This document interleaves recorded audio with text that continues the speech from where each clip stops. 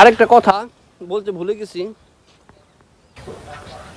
সেটা হলো আমাদের এলাকার একটা লোক মারা গেছে, ইন্না নিল্লাহ ওয়া ইন্না ইলাইহি রাজিউন।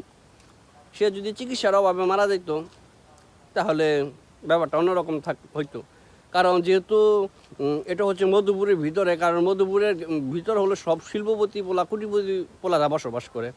সেখানে যদি চিকিৎসার অভাবে যদি মারা যেত, এটা আপনারা বলতেন যে আপনারা এত বড় লোক, এত কোটিপতি, এত শিল্পপতি, অথচ আপনাদের এলাকায় টাকার অভাবে, চিকিৎসার অভাবে লোক মারা যায়, তাহলে আপনারা কি করেন? তো এটা কিন্তু আপনাদের কথা থাকতো। আসলে ওরকমভাবে মারা যায় নাই, সে অ্যাক্সিডেন্টে মারা গেছে। তো এটা আমাদের জন্য একটু ব্যাড নিউজ। যদি অসুস্থ হইতো 2-4 20 কোটি 30 কোটি টাকা আমি একাই দিয়ে দিতাম। আদার সাইডের যে লোকগুলো আছে আমার মতো টাকাওয়ালা, পয়সাওয়ালা, শিল্পপতি, কোটিপতি, তো তাদের কথা বাদই দিলাম, ঠিক আছে? তো বলছে না হায়াত নাই, তো এখন কি করা যাবে? যাই হোক, তার আত্মার মাগফিরাত কামনা করি।